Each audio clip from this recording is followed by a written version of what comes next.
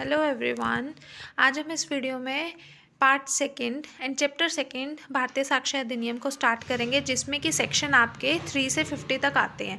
ठीक है, 3 से 50 कवर करेंगे। आज हम इस वीडियो में सेक्शन 3 को एंड सेक्शन 4 को कवर करेंगे। बेसिकली आपका जो सेक्शन 3 है वो बात करता है कि हम सिर्फ उन्हीं फैक्ट्स के ऊपर एविडेंस दे सकते हैं जो रिलेटेड होंगे आपके फैक्ट इन इशू से एंड रिलेवेंट फैक्ट से। अब आपको पता था फैक्ट इन इशू क्या होता है। फैक्ट इन इशू हमने डेफिनेशन में कवर किया था।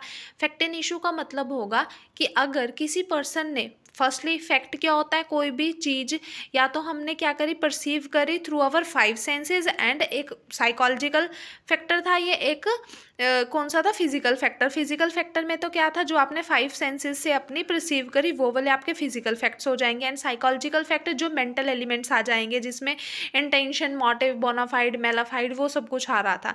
ठीक है, वो आपके फैक्ट होंगे। एंड फैक्ट इन इशू क्या था कि वो फैक्ट इन इशू की जहाँ पर एक पर्सन क्या कर रहा है, किसी पर्टिकुलर फैक्ट के ऊपर उस चीज़ को असर्ट कर रहा है कि हाँ that particular thing exist, and another person क्या कर रहा है, उसको डिनाई कर रहा है कि ये पर्टिकुलर पर्सन या फिर पर्टिकुलर थिंग ये मतलब डिनाई कर रहा है कि एग्जिस्ट ही नहीं करती। तो वो आपकी फैक्ट इन इशू हो जाती है। एंड उसी के बेस पर जो है कोर्ट अपने जो चार्जेस है, जो इश्यूज है, उनको फ्रेम करती है। तो कहते हैं एविडेंस सिर्फ उन्हीं के ऊपर दिए जाएंगे जो फैक्ट इन इशू से रिलेट करेंगे या फिर जो रेलेवेंट फैक्ट होंगे। रेलेवेंट फैक्ट कौन से होते हैं कि जो आपके मतलब किसी फैक्ट को प्रूव करने के लिए, अपने केस को प्रूव करने के लिए वो जो चीज़ें नेसेसरी होंगी, रिलेवेंट होंगी, उन्हीं को ही हम क्या करेंगे, एविडेंस दे सकते हैं। अब कुछ चीज़ें ऐसी होती हैं जो रिलेवेंट हैं बट एडमिसिबल नहीं होती, but all the admissible fact वो क्या होंगे, सारे रिलेवेंट होते हैं। तो इसकी एक्सप्लेनेशन क्या बात करती है, एक्सप्लेनेशन का कहना है कि अगर कोई भी चीज़ आपकी सीपीसी के अंदर डिनाई की हुई है कि सीपीसी में कि आप पर्टिकुलर इस चीज़ के ऊपर क्या करोगे, फैक्ट कोई भी एविडेंस नहीं दे सकते, तो वहाँ पर आपको ये एक्ट भी डिसेंटाइटल करता है कि आप उसके ऊपर भी क्या कोई भी एविडेंस नहीं दे सकते। ठीक है, नेक्स्ट सेक्शन को करेंगे। अब नेक्स्ट सेक्शन क्या बोलता है आपका, सेक्शन 4। सेक्शन 4 बात करता है relevancy of fact forming part of same transaction.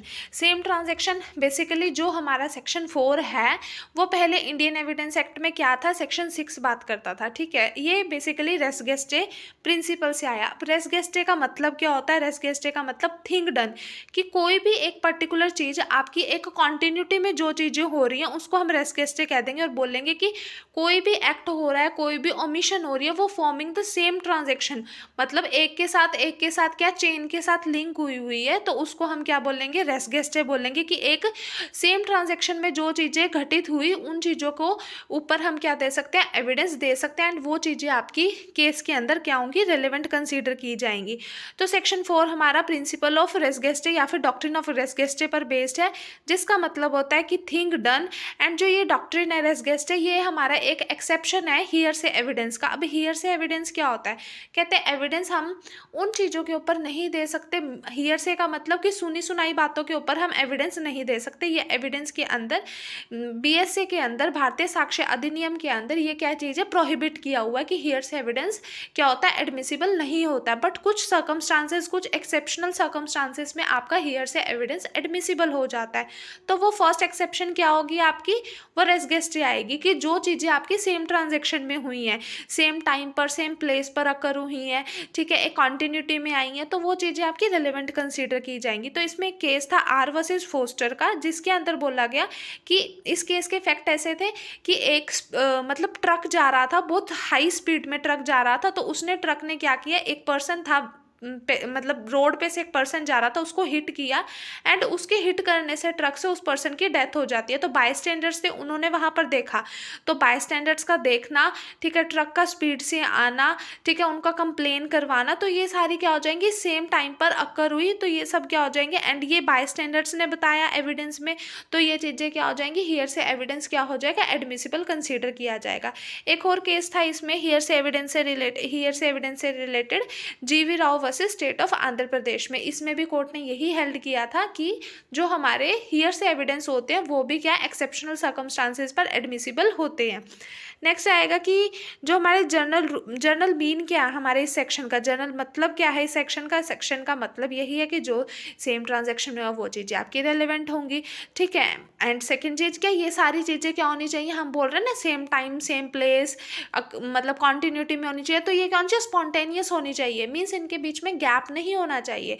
अगर फॉर एग्जाम्पल ए ने बी का मर्डर किया, ठीक है, बाय गन, उसने पॉइंट आउट की, उसको क्या करा, ये एग्जांपल मैंने आपको पहले भी दिया था, उसको गन मतलब गन दिखाई पहले, ठीक है, एंड उसको असॉल्ट किया कि मैं आपको मारूंगा, ठीक है, फिर उसने ट्रिगर दबा दी, पर्सन मर गया, आसपास क्या भीड़ थी, मार्केट में था, बाय स्टैंडर्ड्स खड़े हुए थे, तो उन्होंने देखा, उसने गन को, जैसे ही गोली चल गई वो गन को वहीं छोड़कर वहाँ से भाग गया, वहाँ से भागकर वो किसी और मतलब स्टेट में चला गया, तो ये सब क्या हुआ, स्पॉन्टेनियसली हुआ, मीन्स बीच में गैप नहीं आया।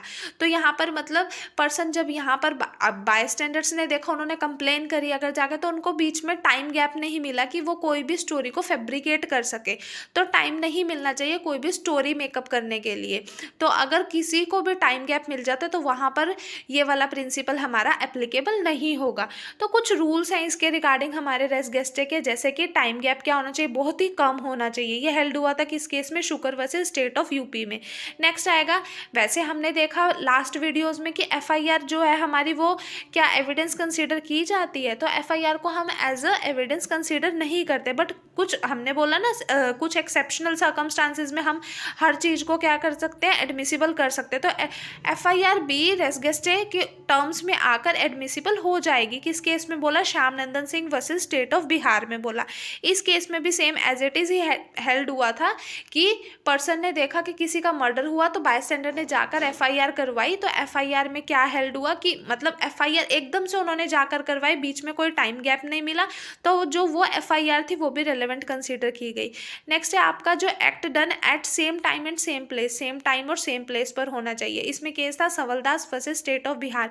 इस केस में क्या हुआ था कि हस्बैंड ने अपनी वाइफ को मारा, ठीक है, मतलब उसकी डेथ कोज कर दी, एंड उसके जो बच्चे थे वो चिल्ला रहे थे, रो रहे थे, तो जितने भी आसपास वाले नेबरर्स थे वो उनके घर पर आए, उन्होंने देखा, उन्होंने कंप्लेन करी, तो उसको हस्बैंड का वाइफ को मारना, बच्चों को चिल्लाना, नेबरर्स का आना, उनका कंप्लेन करना, वो भी क्या हुआ, एक सेम टाइम पर एंड सेम प्लेस पर हुआ। तो ये चीज़ हवलदास वर्सेस स्टेट ऑफ बिहार में हेल्ड की गई। नेक्स्ट केस है आपका जो गेस्टर्स है, gesture made by the victim when dying. अगर गेस्टर्स होते हैं लाइक जो हम फेशियल एक्सप्रेशन से करते हैं उनको हम गेस्टर्स बोलते हैं, ठीक है। अगर कोई विक्टिम है, जब वो उसकी डेथ हो रही है उस टाइम पर वो क्या कर रहा है, कुछ भी गेस्टर शो कर रहा है, तो वो भी क्या रेलेवेंट कंसीडर किया जाएगा। ये हेल्ड हुआ था क्वीन वर्सेस अब्दुल्ला में, ये रेलेवेंट केस है, लैंडमार्क केस है, ठीक है। नेक्स्ट केस आएगा आपका रतन वर्सेस क्वीन। इस केस में क्या बोला गया, अभी तक हमने रेस गेस्टे में क्या पढ़ा कि सारी चीज़ें क्या होनी चाहिए, same time and same place पर होनी चाहिए,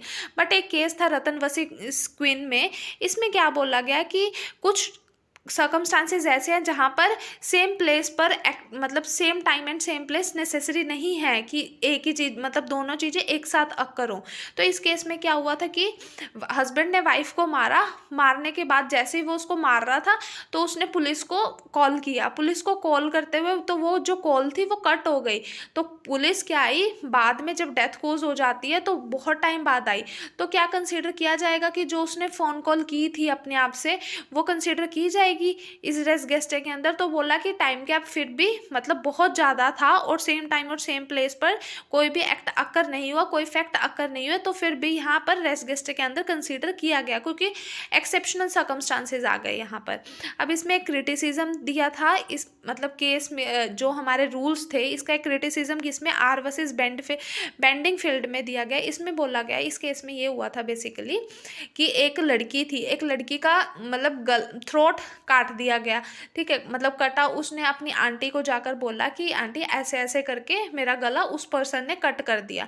तो फिर बाद में जब केस चला तो केस में कोर्ट ने हेल्ड किया कि जिस टाइम पर कटा उसने उस टाइम पर नहीं बताया, उसने कुछ टाइम बाद बताया, तो यहाँ पर क्रिटिसिज्म हो गया कि टाइम गैप बहुत ज़्यादा आ गया, तो यहाँ पर कोर्ट ने रेस गेस्टे को मतलब कंसीडर नहीं किया था, उसने बोला कि यहाँ पर टाइम गैप आपका बहुत ज़्यादा आ गया। Hope you will like the video, thank you.